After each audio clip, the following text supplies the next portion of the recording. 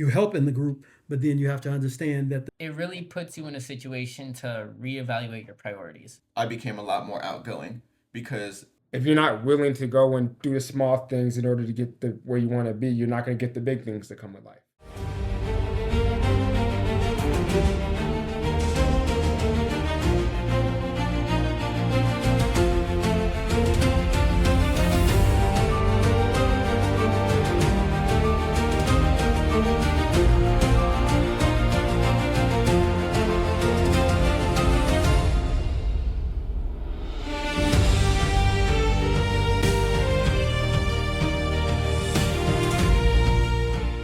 Welcome back to episode 2 of the Family Table. Again, this is the Phillips family. My name is Corey Phillips, and we're here to share this perspective to help build community, build conversation on how families can come and grow together in terms of building up our dynamic, as well as continue to build a better future. So again, we're going to start off again with just us talking about us, each and every one of us. If you don't know, my brothers and I are triplets, and this is our father. And we're going to continue to showcase why us being triplets shaped our family and the other avenues and towards building towards our future. So, as a triplet, how do you all feel like that played in terms of making decisions, in terms of how you all had the certain dynamic of working together? Well, I definitely feel like being a triplet has definitely helped in it because unlike single child, you actually have a almost like a democracy in your family. So I just really just appreciate having triplet brothers where we can bounce ideas off, where we can actually have like reasonable conversations, not based on just pure emotion, but based on logic and get to be able to get things done efficiently. Yeah, I feel like it also really holds you accountable in the decisions you make. Like if you're doing something that you're not supposed to do, the other two will well hopefully keep you in check. Yeah, I think especially with us three, it just showed us each whoever had the greatest strength in certain areas, such as little things such as going to the store, who was the most analytical, who was the more critical thinker, and who was the one who was the boldest. So Hmm. being able to just understand the difference between each and every one of us just helped us be able to work better, and that's something that translates to the real world, whether you're working in a job, working in a career, or working with other people. What would you say is the way that has helped you guys personally? I think for me, it's just understanding that you have to be able to understand the values of other people that you're working with. That you're Yeah. not always going to be 100% right, but in terms of making decisions, you have to think about the other people that's involved in the party, not just the people that you're doing, such as yourself. Like if there's something that you or Cameron wanted, I had to put that in consideration in order to make a decision done. And that same thing with business. You can't really have one person making all the decisions and not have other people, or you're just going to have people not really wanting to be as involved on certain projects or certain ideas. Yeah. Yeah. For me personally, I feel like it helped more so with accepting the decision that they make, even if it's not the one that you necessarily wanted in the beginning. People are going to have different opinions than you, and what what may be best for the group may not be what you necessarily want. But in the end, it will most likely benefit everyone. and one thing uh, that your mom and I tried to distill in you guys is to let you know that in life, things are not always based on what you as an individual may want or you as an individual uh, drives toward. As a group, sometimes you have to make decisions that are not always what you uh, thought of or what you envisioned. So sometimes you have to work as a group and you help in the group, but then you have to understand that the decision is made as a whole and not by one individual or one individual's thoughts or feelings. But also like going into that, how would you say you, especially as like the father of us, how would you say you have allowed us like room to be able to negotiate in this idea or where you have to like step in? Like what was the defining factor that caused that for you? Well, with you guys, when you were younger, Cameron was the most talkative, Mm-hmm. and the thing that we observed was that during that time period, he would do the talking for you guys, Mm-hmm. and that's what motivated us when you were younger, because when you were first went to school, you were in the same classroom. We wanted you all to develop your own individual identities. So we had to separate you all at that time so you can develop individually. So that's where we took you out after that first year and put you into individual classes, and then that's was the way that enabled you all to be able to speak up a little more. But now as you're older, the dynamics have changed a little bit. Whereas Cameron used to be the most talkative, now Corey is the most talkative. So it changes, but the main idea was to let you all have individualness, and then at the same time be able to work as a group. Right. Yeah, I think it also ties into the role of being a triplet. A lot of people don't understand that even though you are triplets, that you have your own individual identity. And a lot of people try to picture all of us into the same person, even though we have different goals, different dreams, different aspirations, even though we just so happen to be born at the same time. Like I know for me, I'm someone who's very ambitious, and I'm someone who's always more bold and outgoing, which might be different from my brothers. So if Christian has certain things and Cameron has certain things, that we have to be able to just express ourselves in different ways and be able to speak up for ourselves. Because if you're someone who's working with other people and you don't really speak up for what you believe in, you will always just be someone that's behind their group, or your idea just won't be heard. Right. So sometimes to be a little bit more bold, and sometimes it's some of the things that you do. But honestly, that's why I end up going to Southern instead of going to school with y'all, is because over here people start to lump us together, and that's not something that I particularly liked. Obviously, I appreciate y'all and everything, but I would rather to be known as my own individual self, or people to know me for myself and not because of, oh, my brother's a good football player, or my brother's excellent in school and things like that. So in what ways, when you left and went to school, did you grow in yourself? Well, I would say I really found my identity for myself. So what is that? I would say that really is that no one can no longer base me off of anyone else. So it's really, I'm literally in control of how people view me. So if I am a person who is lazy, people are going to view me as lazy, not because my brother's lazy. Yeah, or right. I'm just saying, okay, but what way have you created the identity for yourself specifically for you? Well, I would say one of the ways that I specifically did it for myself is that I became a lot more outgoing, because it almost gave me a new freedom to know that since no one knows me, I can almost write my own destiny. So in high school, I was more, I would say, reserved to myself.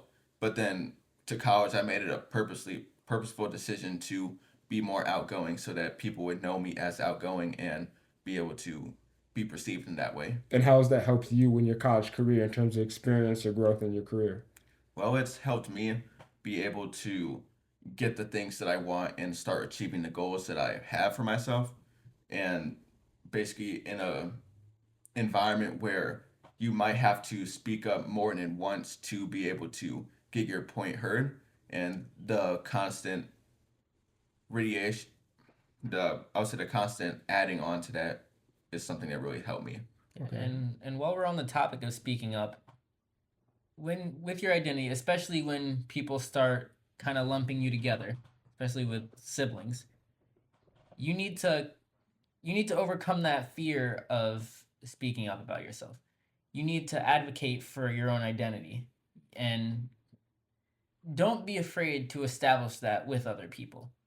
Mm-hmm. See, but as I look over these years, although we started you all out in the same sports, you all played football, you all ran track, but as you got a little older, you all started to do your individual things. Of course, I played football, I wrestled, I ran track, I played all those sports, but you all started to shape your own identity.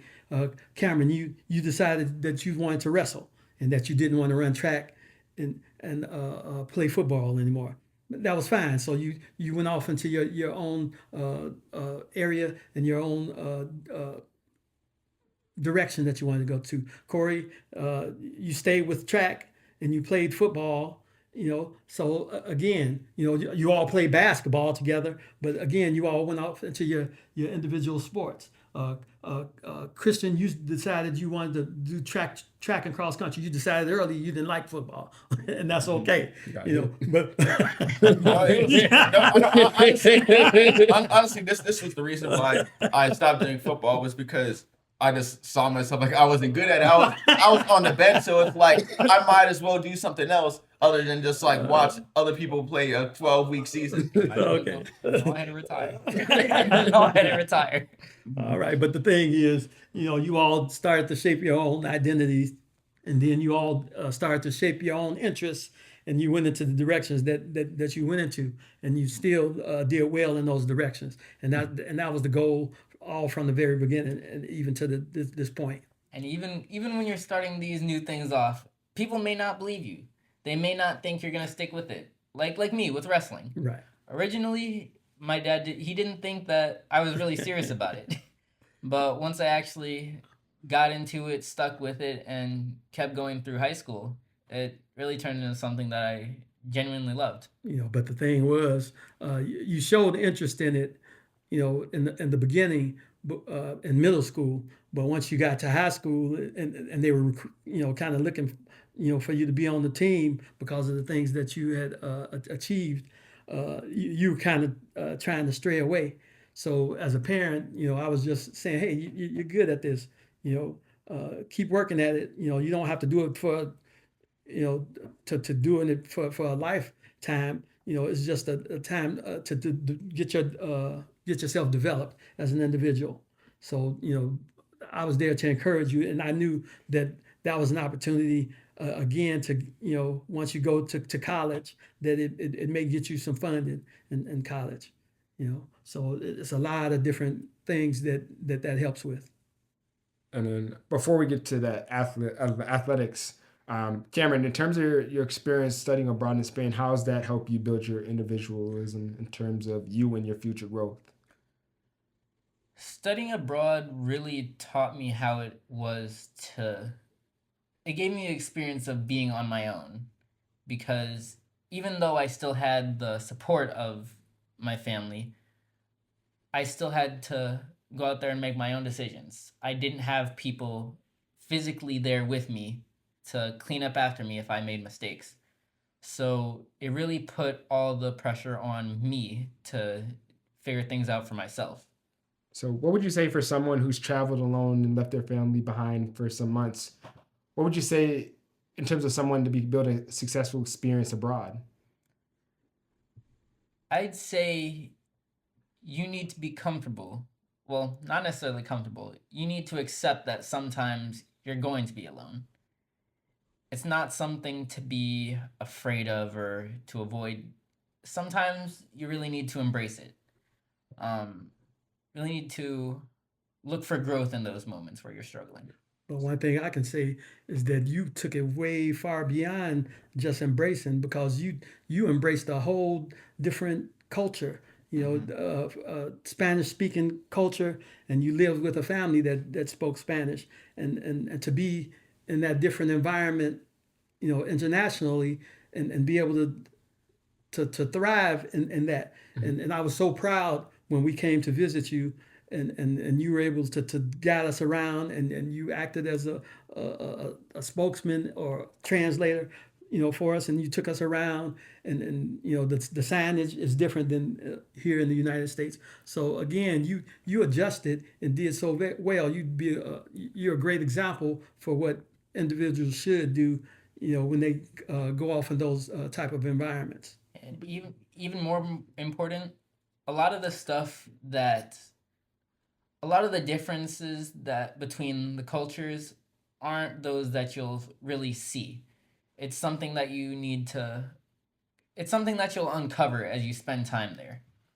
But what was the biggest thing specifically that you uncovered from your experience there? Like, what was your experience in Spain and Europe versus the United States that people should be open to learning more about? I'd say the main thing is that people tend to take a lot more time to relax or spend time with their families. Not everything is go go go like it is here in the US. There's not really necessarily a hustle culture, is the way they described it. again, there's a lot of emphasis on having time outside of work, being able to sit down with your family to eat. So it's a really family centered culture. How did they treat you being as a U.S. citizen in that environment? Well, they honestly really welcomed me. It's not They of course had a lot of questions for me about what it is like in the US or being a US citizen. But that's honestly the beautiful thing. You get to share these experiences with people who haven't necessarily had the opportunity to do the same. Right. You get to experience this culture from a different perspective. Right. And also, one of the questions I have is, especially as like an American, we can often be in our own like sheltered area where we're like we're the best country and like all like the patriotic side. But I would say, how would you say you were able to embrace this Spanish culture without bringing out the patriotic American side and being able to adapt? Well, that's the thing about traveling, especially when you're doing it for an extended period of time. You really need to put yourself in the mindset that you need to adapt to what's going on here. You can't go somewhere else and expect people to accommodate you, Mhm. especially when you're not part of the culture. You need to be willing to learn. You need to be willing to adapt. And you need to be willing to show the people that you are willing to learn. Right. It gives you it gets a lot of appreciation. Right. I definitely think it's so important that you understand that the United States is not the only place in the world where people can be able to live a life. That some places outside the United States are a lot more peaceful, a lot better quality of life for a lot of different people. And it's not just valued by the amount of money you have. A lot of more stuff. I know, especially me coming back from Belize, even being in Spain, a lot more people have more family values. They're more appreciative of the things that people think. You don't have to be judged by what type of car, what type of house you have. People just live in camaraderie. There's a greater sense of purpose that a lot of people have in places outside the United States, where you see generations living with each other, engaging with each other, and helping each other. And that's something that I feel like a lot of people have lost that touch here in the United States just because they want to go and live their life on their own terms. They've lost a lot of track of what culture really means to a lot of people. And at least for my view personally, I don't feel like there is a best country in the world. Mm-hmm. Everything has its pros and cons. Absolutely. And a lot of that depends on the individual too. Depends on what they're looking for. But the one thing that I can say is that I really appreciate and love the way that you guys talk about these type of situations. To me, that lets me know that you're able to change and work in any environment, Mm-hmm. because you're not always in control of the environment that you're in, but you're willing to adapt and change and adjust, and that's going to help you out in this world where you're trying to develop yourself and work well in the work environments that you're going to be in. Right. I think that's something for me has never been like I've never been someone who's always been trying to stay in the same environment. I've been someone who's able to adjust and thrive in different environments, regardless of income, race, religion. I feel like I can adjust and be able to provide value wherever I'm at. And it's not necessarily about the race or it's not about how much money, but it's about how much you can be able to just impact every room that you're in and be more open to that. A lot of people want to stay around the same people that look like them or people that's in their same area, but the world is bigger and you might be able to gain more success, made more knowledge, maybe more information if you're able to diverse your ideas, diverse the people that you're around, and you'll see a lot more growth in things around you. Your world might open up a lot more. Mm-hmm. And what would you say in terms of you guys being the dynamic of where we grew up has affected you in terms of you going to other places and interacting with other young people? Well, I would say what that dynamic really helped me in is to be a team player, because I know that, like I mentioned, with the single people with that are the only child in their household, is that while it's like we are able to work with each other efficiently, with some kids only having themselves, they don't really know what it's like to be able to negotiate out things, or what it's like to have like a respective compromise about your way, or just nothing happens at all. And I feel like that's really something that unfortunately not a lot of kids have in store. But I would say for me personally, it's really helped me be able to compromise a whole lot more, to be more level headed, to not make irrational decisions based on emotions, but make it for the betterment of the group and things like that. Yeah, and that kind of goes into my idea of not burning your bridges. You can't make enemies of everyone around you just because you don't get your way. Right. Because if you make enemies of these people that you're supposed to be forming a relationship with and interacting with positively, more times than not, it's not gonna go your way. Right.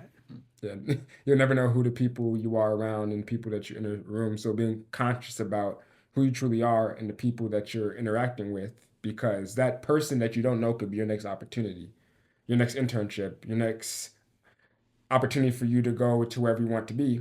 And I feel like no matter what, there's nothing too big for you to not rebuild, and give people some grace, or be able to be open to just connecting with others.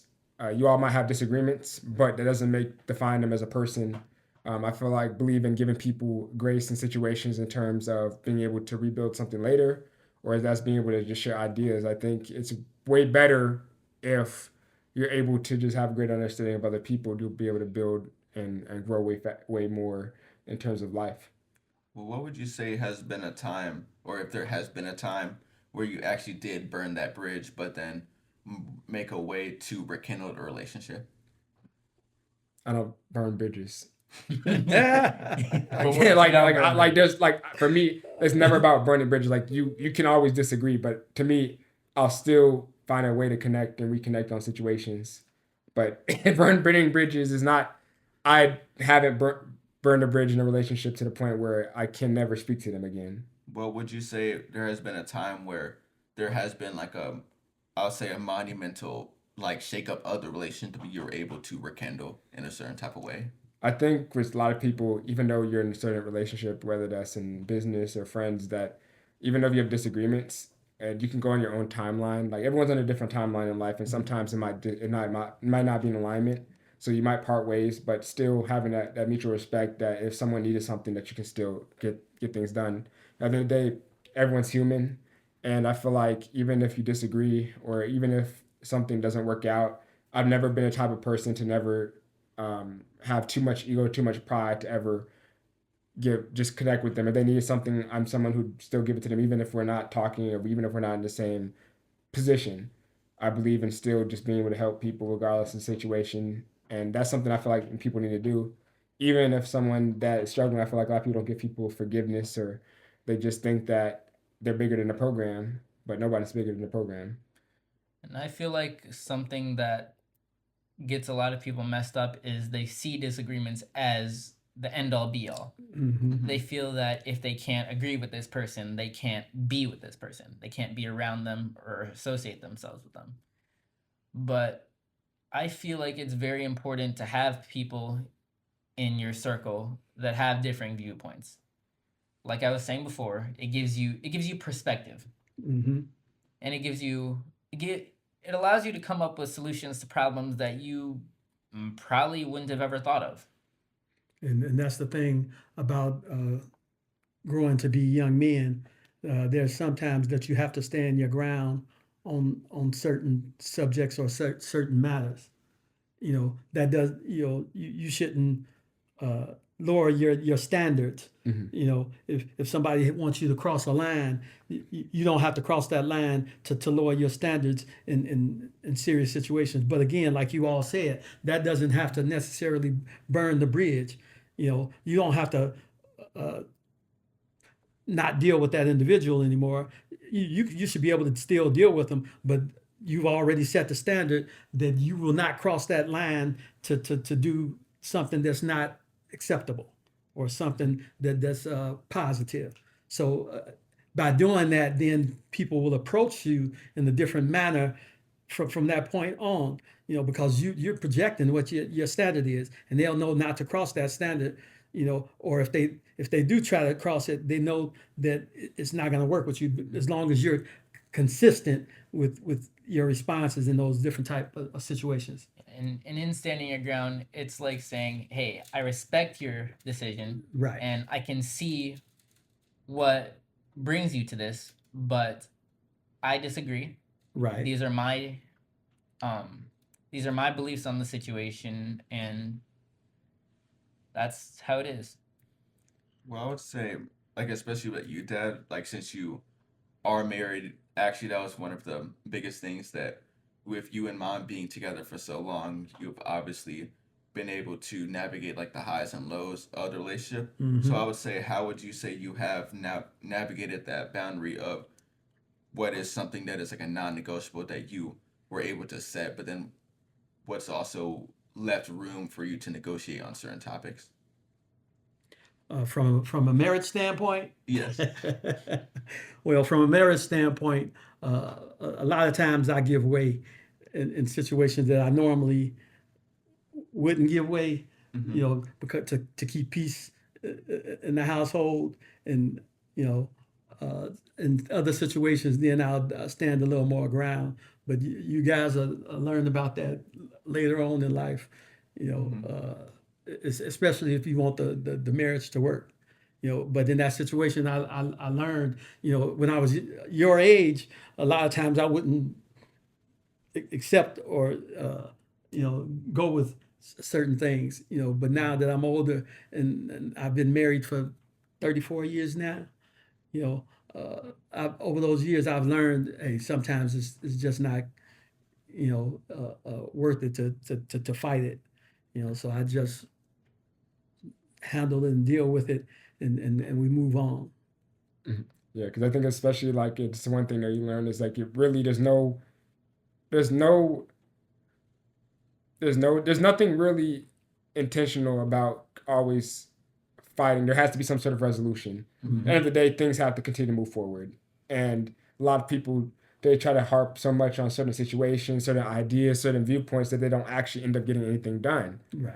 And I feel like more people need to have that terms of us three. We always, even if we did disagree on something, at the end of the day, we found a way to make it work.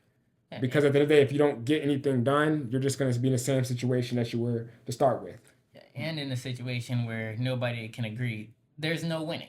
Right. Nobody gets what they want, and as far as responses, one thing that my mom would always say: if you don't have anything good to say, don't say anything at all.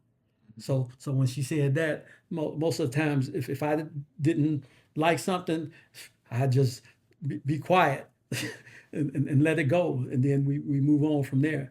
Rather than respond with something negative or something bad. So silence sometimes is a good response to certain things. You don't always have to say something, because you might say the wrong thing in those times.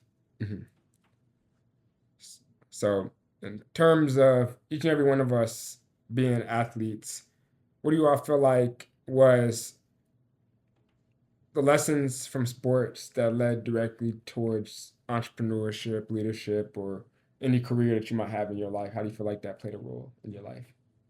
Well, I would say the sports for me have allowed me to be a lot more disciplined in time management, because sometimes I can get my time like messed up where I try to do what I want, but then neglect the things I need to do. Or there might be times where I do everything I need, but neglect the things that I want to do. So it basically allows me to recenter my focus and to live a productive life. I feel like for me, just being an athlete is something that just helped me be able to just get things done. At the end of the day, if you're someone that's on a football field and you're thinking too much and you're not really going with the flow of the game or trying to just stay locked in on what you need to, you're going to end up just not missing a tackle, missing a catch, missing an opportunity. And I feel like a lot of people in life, they're too indecisive on things that they do, and they lose clarity of what the real intention is.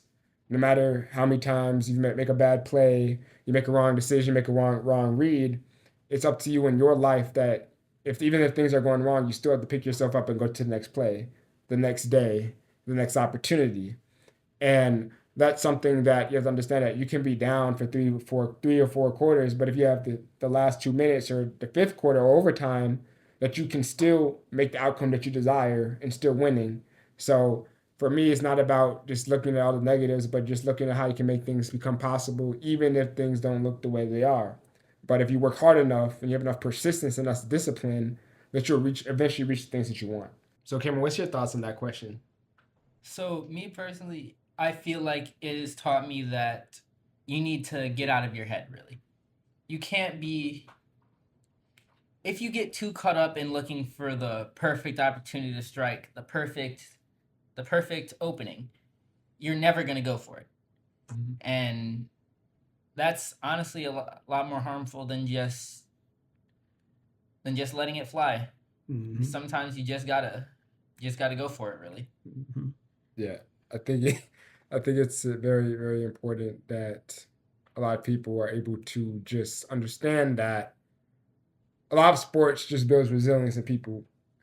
You're never really going to understand the outcome of the situation. You might not be at the right position where you might not get as much playing time. You might not be liked by the coach. You might not have the best team around you. But if you're able to go out there and still play your hardest, go out there and still show you who your true character is in terms of the decisions you make, how you carry yourself, in terms of how you go and take each and every week and whatever you're doing and keep pushing, you'll see your life go a lot faster instead of you trying to control everything. You might be put in a position where you're in a position you might not be playing at. You might be a quarterback instead of running back. You might be a receiver instead of defensive back, or whatever you're doing. The same thing with life. When you go and just do your thing, you do it very well. You opportunities will come.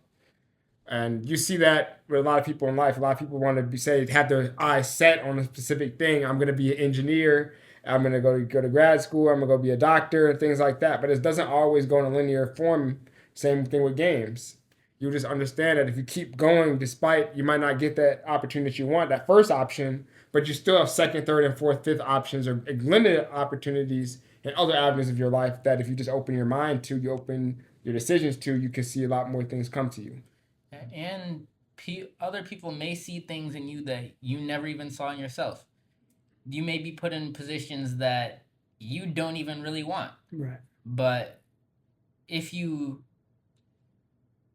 give it a chance, if you open yourself up to playing the role that they need you to play, you may find something new. See, but then too, in those situations, from my perspective of being an athlete, it taught me how to adjust to situations.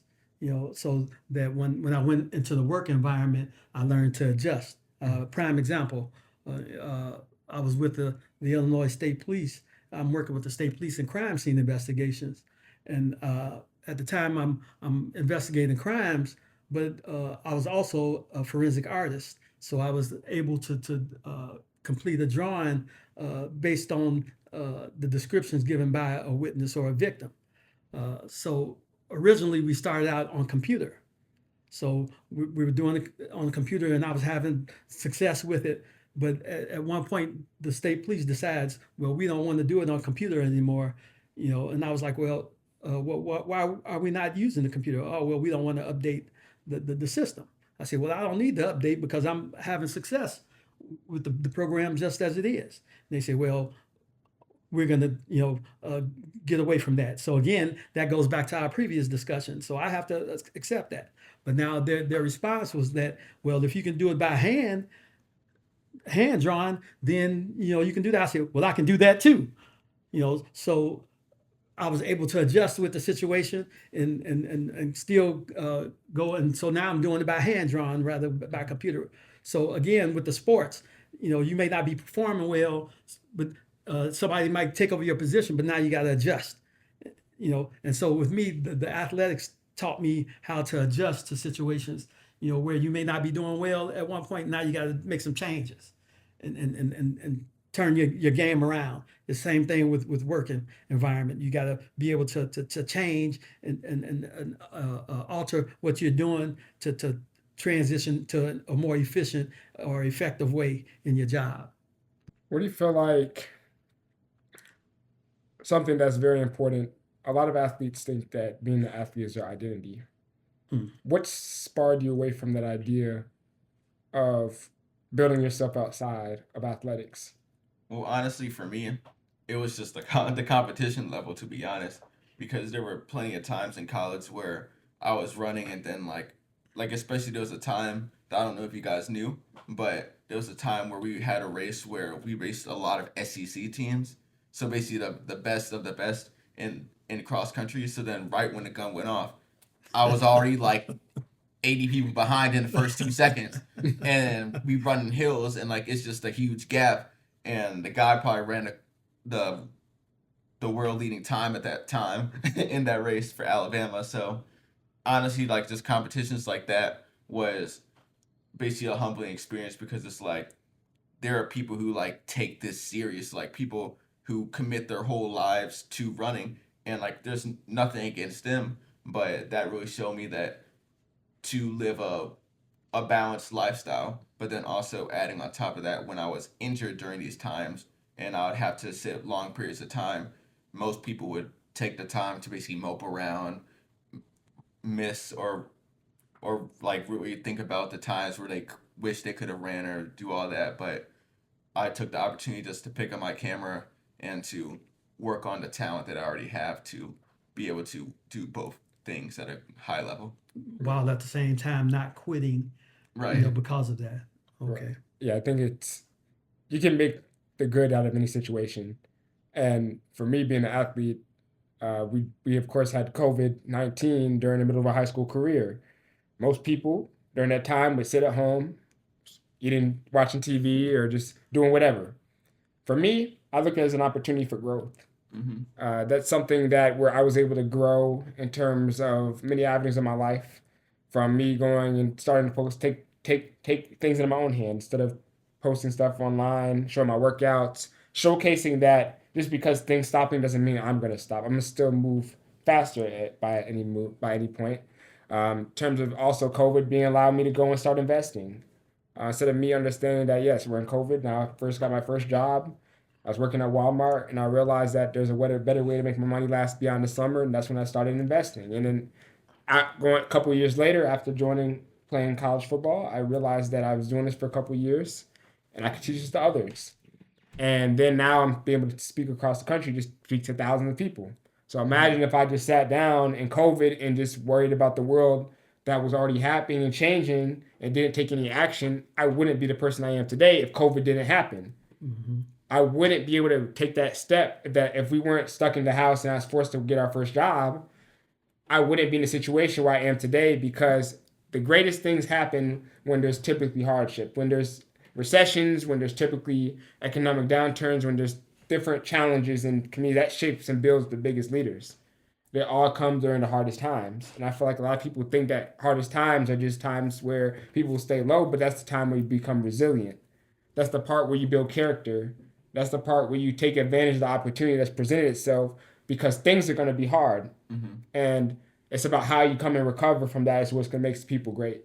And I'll say that is also a good thing because many people basically think of problems as like bad, and not all problems are bad. It's just really just a examination or like a character check of who you truly are. So I really think that some people are respond to problems emotionally when there are certain things that should be logistically and like things like that.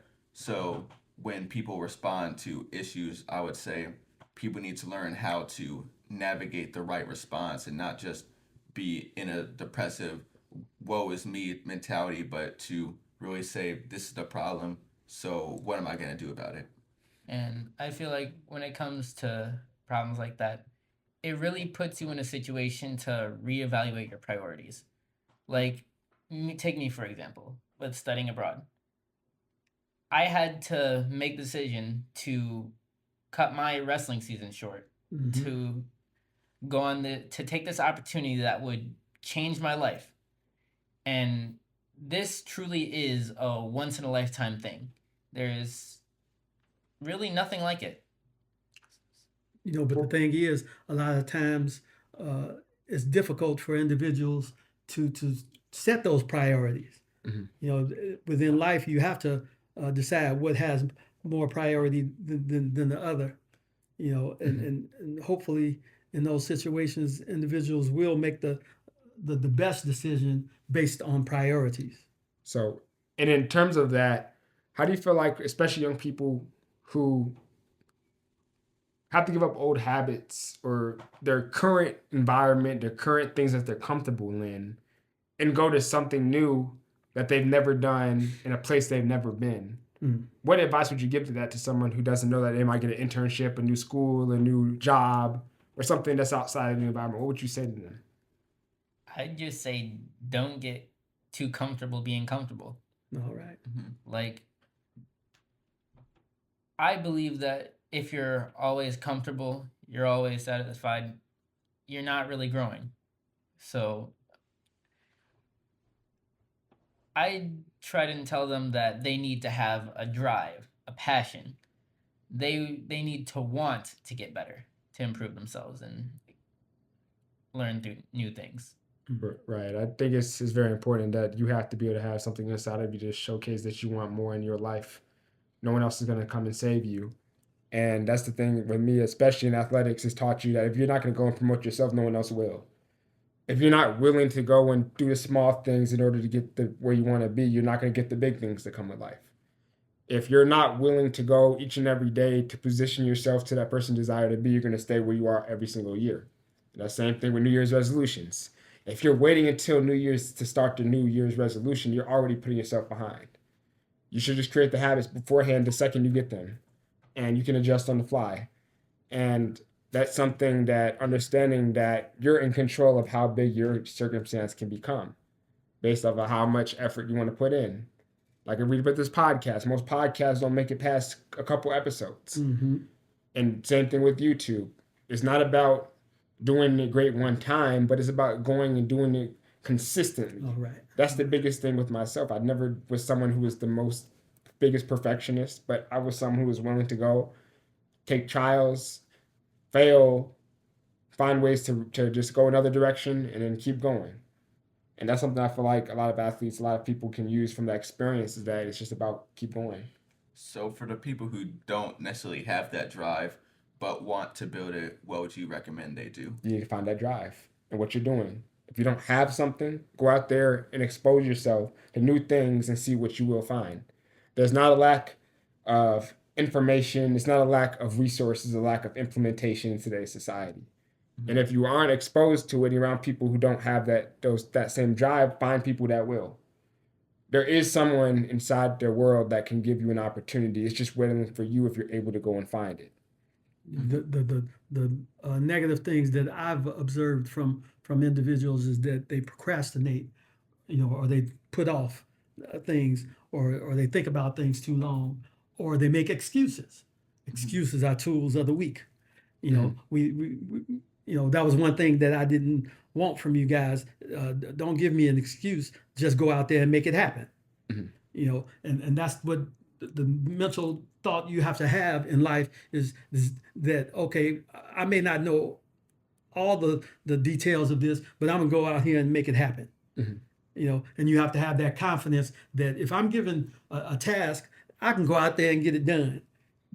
Because I've always gone out there and gotten it done. I may not have known when I first started wrestling. I didn't know the first thing about wrestling, But then I got out there and started learning, and I did well in it. I didn't want to do law enforcement. I got out there and I did well in it. So in life you're gonna face things that you don't want to do, but don't procrastinate. Don't make excuses. Just go out there and get it done.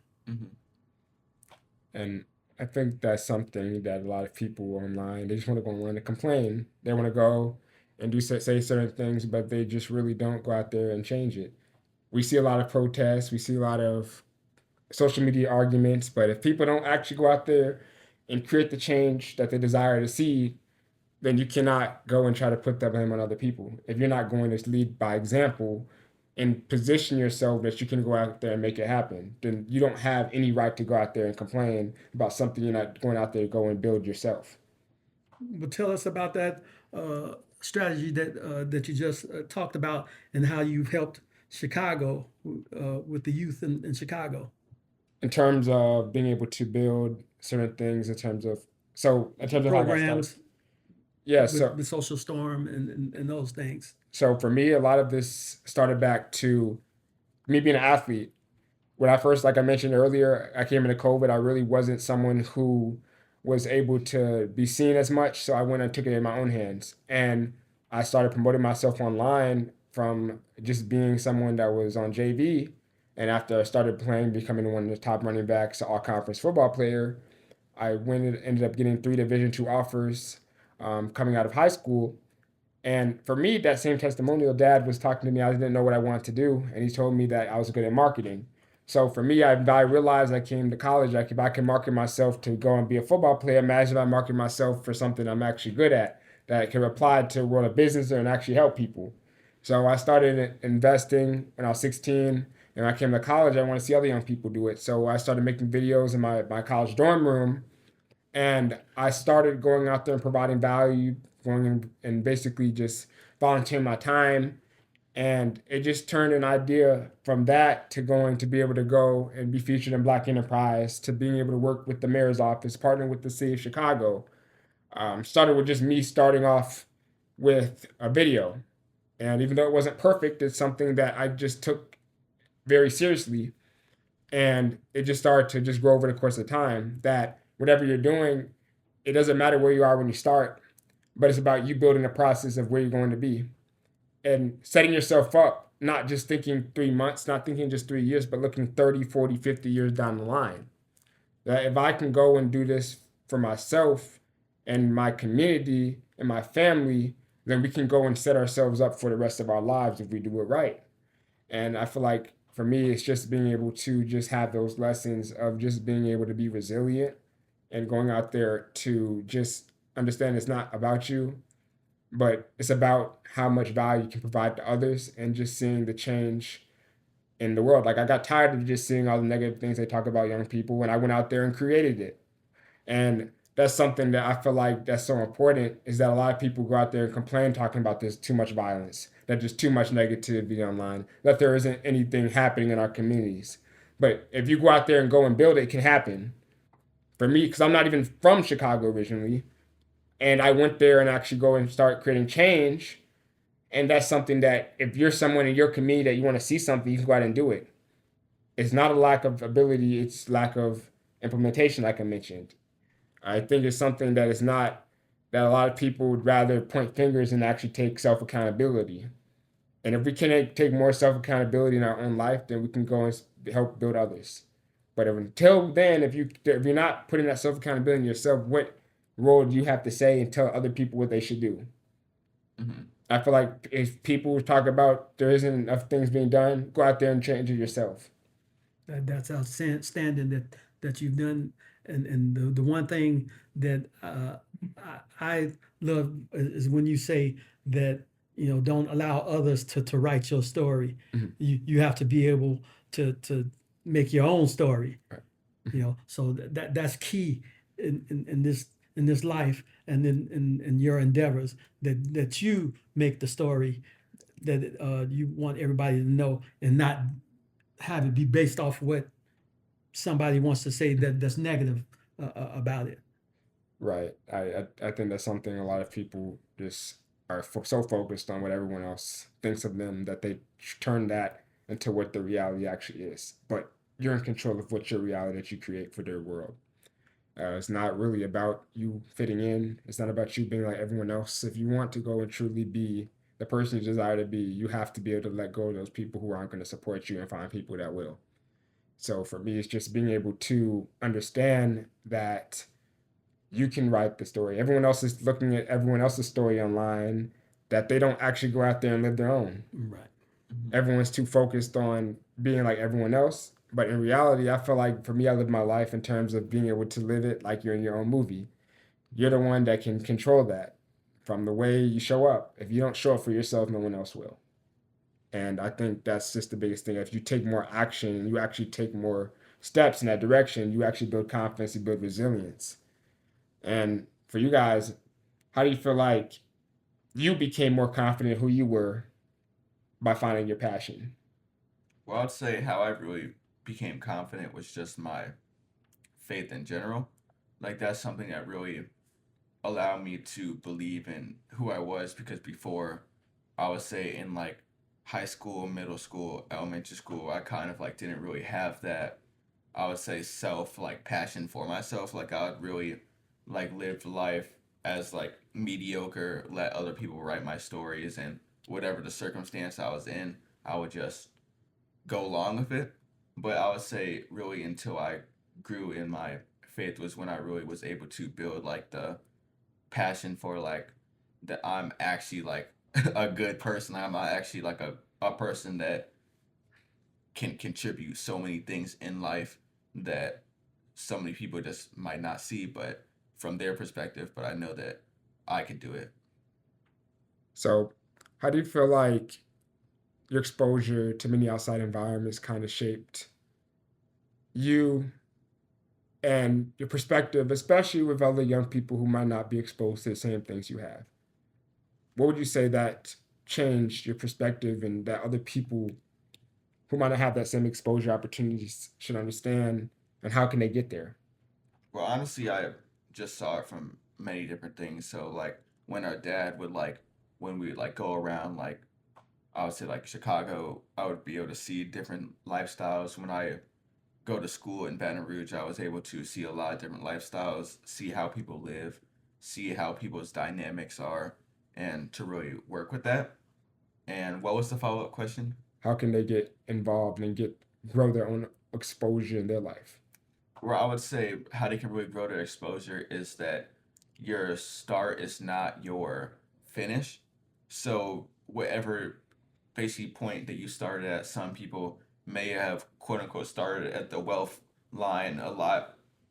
Some people are a lot farther than other people, but really that difference is not your outcome. It doesn't have to be your outcome to really just know that wherever you start, that's just where the card lies, but you are in control of your narrative. So to find the right people who can support your narrative of being higher than yourself, I would say I would always have to find the right people, finding the right groups, and just to find knowledge as well. Because especially in this generation where you have AI, you have the search internet. There's really nothing that you cannot do, and there's really no reason that, or really no excuse for anyone who says that there's no reason. So I would just say just to go after those two things. Yeah, I think for me, exposure is a lot of people are focused on the things they don't have when they don't realize everything they just right in front of them. Mm. Uh, we're focused on what's the next way we can make a dollar. What's the next opportunity? What's the next big thing that we can get our hands on? When a lot of people just don't realize how much they're actually blessed in their own life that they have. Little things such as the family that they have, or the house that they may have, or the food that they can have. We're so focused on things that don't actually matter that we forget what reality actually is. And for me, being exposed to those different places is that life is not about different consumer goods. It's not about how much you can impress, but it's how you can live your life and your freedom and what your true reality is. Whether that's being able to help your family, being able to focus on the small things, or being able to help more people, rebuilding communities, or being able to build your faith in whatever that is. I feel like that's what life really desires to be. And that's something that no amount of money and no amount of fame or no amount of things, materialistic things that can change that. And also, I'm tying this into like what you said earlier this morning about how like some people like to get things quick. Some people would rather get things quick rather than being patient and waiting on things. So, and that's often something that can really hurt people because people can be successful, but they're not willing to endure the pain or basically wait patient enough to get it done. So, how would you say you have establish that lifestyle to find the balance between working hard and working for longevity? Well, I think it's understanding how the system is actually built for you can actually know the rules of the game instead of playing a game you don't even know. Mm-hmm. A lot of people think in terms of just building wealth is that they'll be rich just by working every single day. But understanding this kind of you'll never be rich just working a job alone. You have to understand how the system started and how you can be able to know the rules that's not specifically want people to not know and how you can learn that to build yourself and put yourself on top. We try to put blame games on people. We try to say things are against us, the world is against us. But for me, is you cut all that out. You understand that things are never even to start with. But how can you position yourself so that you can learn the rules to your game and write the rules? I feel like everyone's trying to focus on. I don't know. I feel like people are just always thinking about what's always against them. I say if you're not, there's no nothing that you're going to gain just by complaining. So for me, it's just understanding that you have to shift the way you view the world and the way you view yourself.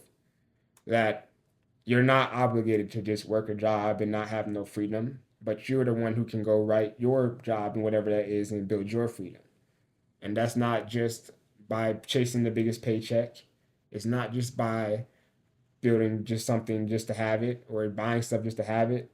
I feel like it's just determining on like what your true purpose is and what you're doing. If you can follow that, you'll go way further. So I think that's just something that's so important. And would you say there's any closing remarks at all that you have about this conversation? Well, I would say I love the phrase, the race is not promised to the swift nor the strong, but the one that endures to the end. So that lets me know that you don't have to be the fastest, you don't have to be the strongest, but you have to be able to withstand all the obstacles that you're faced with to overcome those obstacles. You know, you may have to go around it, you may have to get over it, you may have to go under it. You know, no matter what you have to do, you have to get around it. It's going to make you have to work a little longer to accomplish what you need. But as long as you can endure it, you will make it through. And most of all, you need to be smart in what you're doing. Absolutely. You can't run through life expecting everything to go right. You can't expect everything to be perfect right away. Right. So I feel like it's about being strategic in how you plan your moves. Right. I think a lot of people don't understand that the most successful people are the people that failed the most. All right. And that's something that we just have to continue to understand that goes with anything, that it takes long-term success. That you set your family up not just for Christmas, the holidays, or the quick Instagram pictures, but how can you set up your family for a lifetime in terms of building wealth, in terms of knowing how to have family estate planning, or being able to sacrifice so your kids don't have to, providing more opportunities. And those are the things that we continue to build as a family, that we can continue to build that legacy so our name lives beyond ourselves and turn our last name to an asset. Mm-hmm. And I think that's something that we can continue to show to the world and that we're going to continue to build, especially with this show. Yes, Yes. sir. So this will conclude the end of this episode. Make sure to like and subscribe, share this to your friends and family. Let us know what you thought of this video. Let us know any topics you want us to cover in the next video. And we are just getting started. Make sure to come check us out, share this again, and we'll be back the following week, and we see you all soon. All right. See y'all. See y'all soon. Thank you.